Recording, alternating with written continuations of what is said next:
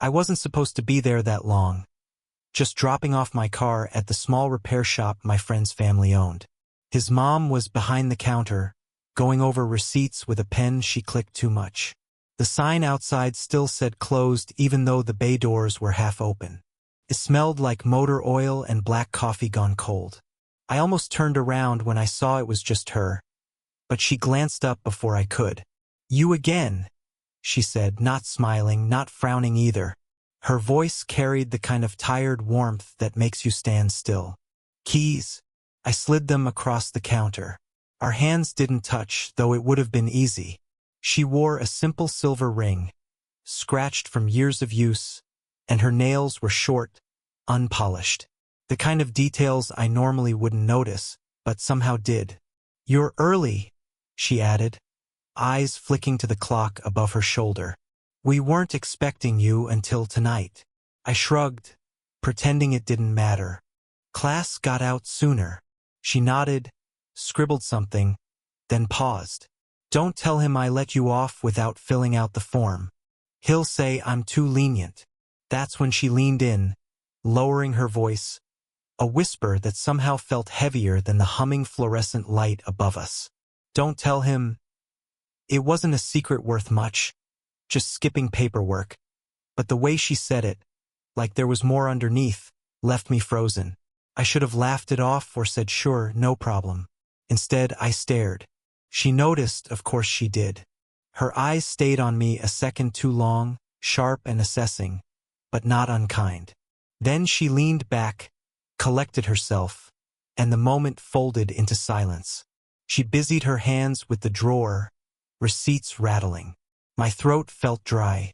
"You can wait in the office," she said finally, still not looking at me. "It's warmer there." I nodded but didn't move. There's something strange about watching someone who seems so sure of themselves lose that certainty, even for half a second. When she leaned close, it was like she stepped out of the role I always saw her in, friend's mom, shop runner, the practical one. For that breath of time, she was just someone else, someone I didn't know yet. She broke the silence with a half smile. "Well, office or out in the cold?" I grinned too quickly. "I'll take the office." Inside, the heater rattled and the walls were lined with faded calendars. She set a mug of coffee on the desk in front of me without asking, black and strong. The steam curled between us, and I caught myself watching the way she blew across her own cup. Her lips pursed just slightly, her gaze fixed on nothing in particular. We didn't talk much after that. She answered a phone call, short and professional. I pretended to scroll my phone, though the screen stayed dim. Every so often, I'd glance up and find her already looking at me, or maybe through me. When the call ended, she caught me staring. For a second, neither of us blinked.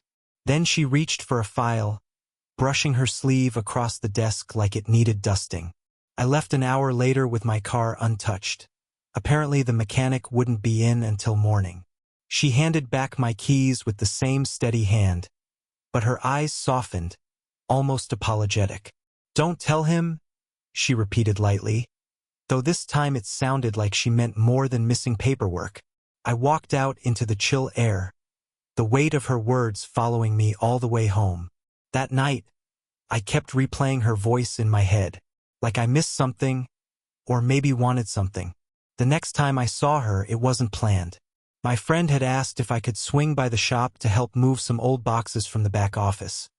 Stuff his mom wanted gone before the end of the month. She was already there when I arrived, sleeves rolled up, hair pulled back in a loose tie that didn't quite hold.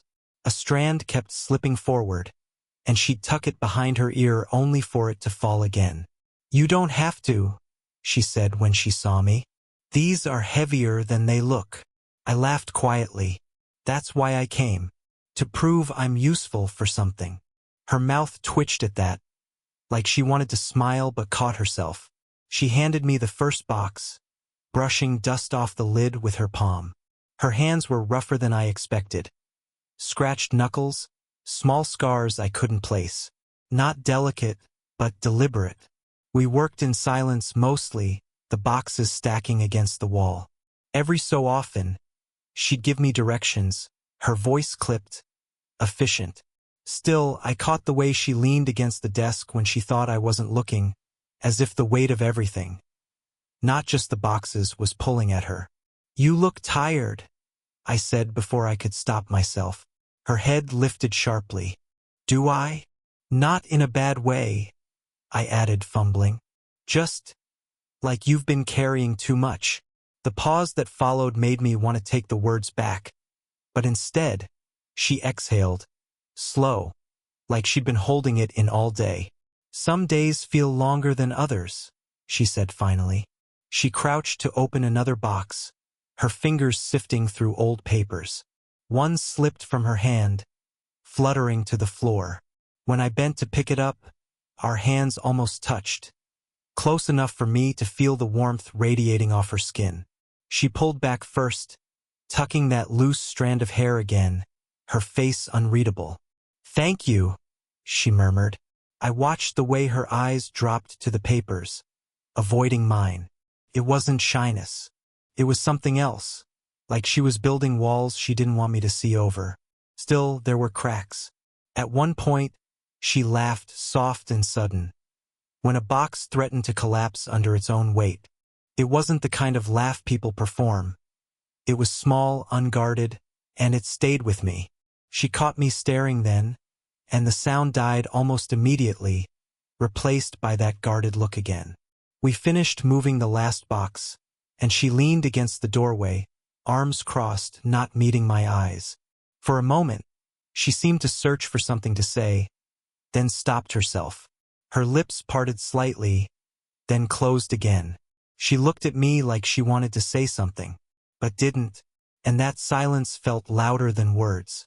It was raining the night I stayed late at the shop. Not the clean kind of rain either, thick, heavy, like it wanted to drown the street outside. The storm cut the power for a few minutes, leaving us with only the low glow from her desk lamp and the sound of water hammering the roof.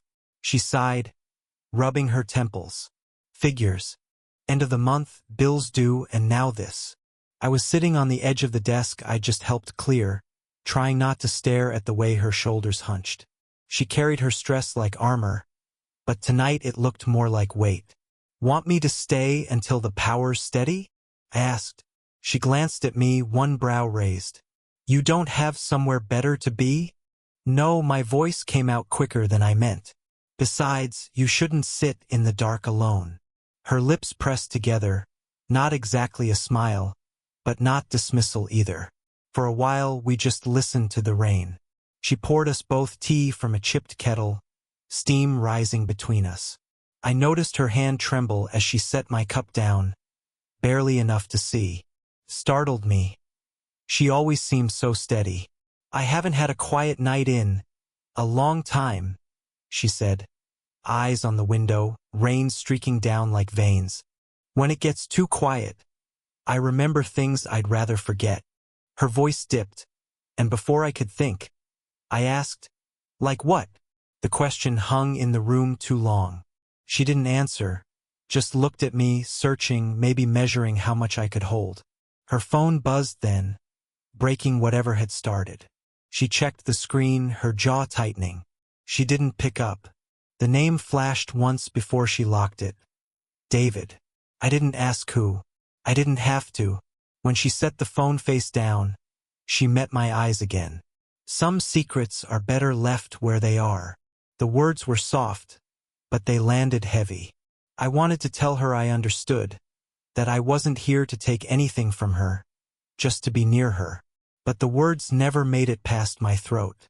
Instead, she shifted slightly closer, pulling her cardigan tighter, like she was cold even with the tea. Our knees brushed for just a second, and my chest tightened. It was nothing, a mistake of space, but I didn't move back. Neither did she. I watched her fingers around the cup, pale from the heat, and without realizing it, my hand started to drift toward hers. Slow, careful, as if distance itself might snap the moment. Her breath caught. Not a word, not a protest, but enough. My hand was halfway to hers when she said, "You should go now," and I did. But only my body left that room.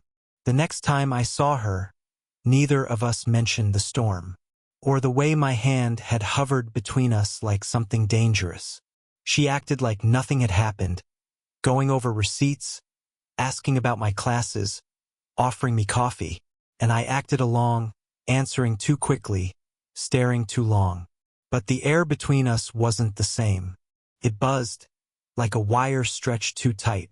By the time the shop emptied out, night pressing against the windows, I couldn't hold it in anymore. She sat at the counter, pen in hand, and I leaned against the doorframe, my arms crossed tight to keep myself steady. "This doesn't feel normal," I said. Her pen froze, tip pressed into the paper. She didn't look up. "What doesn't?" "You know." The words came out rough. "Us, talking like this, sitting here after hours. It feels like we're pretending it's nothing." When I trailed off, my throat closing. Finally, she raised her eyes. Calm, steady, but with something flickering underneath. "When what?" I swallowed. My mouth was dry. "When it isn't nothing." The silence after that was sharp, painful. She set the pen down slowly, folding her hands in front of her like she was bracing herself. "You're too young to know what you're saying," she whispered. I stepped closer, not enough to touch, but enough to see the lines around her eyes, the exhaustion she tried to hide. "Then explain it to me." Her laugh was quiet, brittle. "Explain what? That life doesn't stop just because someone looks at you too long? That I've already made mistakes I can't unmake?" She shook her head, staring down at her hands. This shouldn't even be a conversation. But it is." My voice cracked on the last word. "And we're both here saying everything without saying it. So, what are we doing?" That question hung there, raw and clumsy, but honest. I didn't take it back.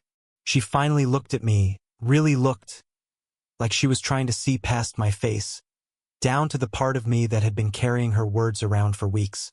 Her gaze lingered, unflinching, until I felt stripped bare. "You don't understand," she murmured, almost to herself. "Then make me understand," I said. Her lips parted like she might, but then she pressed them shut again, biting down on whatever truth wanted to escape. The clock ticked. The shop was too quiet. My pulse filled the space between us. And then she did something that broke me more than any rejection would have. She didn't say anything, just looked at me, like she was already mourning something we never even had. It happened on a Tuesday, the kind of day that doesn't usually matter. I had dropped by the shop to return a wrench I'd borrowed, expecting just a quick hello, maybe a cup of her too-strong coffee if she offered. Instead, I found her sitting at the counter, not working, not moving, just staring at an envelope in her hands. She startled when I walked in, like she hadn't heard the door. "Bad time?" I asked, hovering at the threshold. Her voice was steady, but low. "No, just old ghosts." The envelope lay open on the counter, a photograph halfway out. I shouldn't have looked, but I did. A man stood in the picture, grinning with his arm around her, years younger, both of them. His eyes looked familiar in a way I couldn't name. She noticed me staring. Instead of snapping or hiding it, she pushed the photo the rest of the way out, setting it flat between us. "That was my brother," she said softly. "He died when he was 23. The words landed like a weight in my chest. I glanced between the man in the picture and her face now, the small lines time had carved there. "You look like him," she added. Not accusing, not sentimental, just fact. Same eyes. Same way of leaning in when you listen. I didn't know what to say. My hands fidgeted against the counter, but I stayed there, rooted. She traced the edge of the photograph with her fingertip. "I haven't said his name out loud in years. It feels wrong, like stirring dust." She paused, breathing unevenly. "When you come around, it's like he's here again. And I don't know if that makes it harder or easier." Something shifted inside me then. Not desire, Not yet, but a deeper ache. Like maybe I was tangled in something much older than I realized. I spoke carefully, afraid of breaking the fragile air between us. I didn't mean to remind you of him. Her eyes met mine, sharp but soft at the same time. You didn't mean to, but you do. We stood in silence, the rain starting to tap against the windows again, softer this time. I watched her chest rise and fall, the photograph still between us. Finally, she pushed the photo aside, as though setting it down let her set something else down too. She took a breath, long, unsteady, like she hadn't allowed herself to in years. And for the first time, she looked at me without fear. The shop was nearly empty by the time it happened. Just the faint ticking of the wall clock, the hum of the heater, and us, both pretending to find things to do when there was nothing left. She was wiping down the counter for the third time, her movements too precise, too careful. I sat on a stool near the door, not really watching, but not able to look away either. Finally, she stopped, set the rag down, folded it neatly, and exhaled like she'd been carrying a stone in her chest for years. You know this can't be simple, she said. Her voice was steady, but softer than I'd ever heard it. I know, I replied, and I did. It wasn't just age or circumstance or my friend who had no idea. It was something deeper, that what we were edging toward didn't belong to neat categories. She leaned against the counter, arms crossed, but not defensive. Just tired. I've been keeping everything locked up. For so long, I thought if I just kept the world at a distance, nothing could hurt anymore. I nodded slowly, and then I walked in with broken headlights. Her laugh came out like a cough, surprised, unwilling, but real. She shook her head, the corners of her mouth trembling like they wanted to smile and couldn't quite. You don't make things easier, she murmured. I shifted closer, not enough to scare her, just enough so she could feel I wasn't going anywhere. Maybe not, but maybe not everything's supposed to be easy. The silence that followed wasn't sharp this time. It stretched, warm and fragile, like a thread holding us together. She didn't look away, not once. Her hand rested on the counter, fingers loose, almost careless. Mine drifted toward it without thought, slow, hesitant, not even touching yet. When she didn't move, I let my fingers brush hers, just enough to feel the heat of her skin. She didn't pull away. She didn't lean in either, just stayed, breathing steady. We sat like that, hands barely connected, eyes searching, the heater humming in the corner. No confessions, no declarations, only the quiet truth neither of us could deny anymore. She turned her hand, finally, letting her palm open against mine. The smallest gesture, but it felt like an earthquake. Her eyes softened, unguarded in a way I hadn't seen before. This doesn't have a name, she said, almost whispering. It doesn't need one, I answered. We stayed there, not rushing, not needing more. Just two people sitting in a dimly lit shop, holding the smallest part of each other, finally without pretending. She didn't say she loved me, but she let her guard down, and that was louder than any I love you ever could be. I think about that night more than I should. Not the storm, not the tea, not even the words we couldn't say, just the way her hand finally rested in mine, like she was tired of fighting ghosts and for once decided to let someone sit with her in the dark. Weeks have passed since then.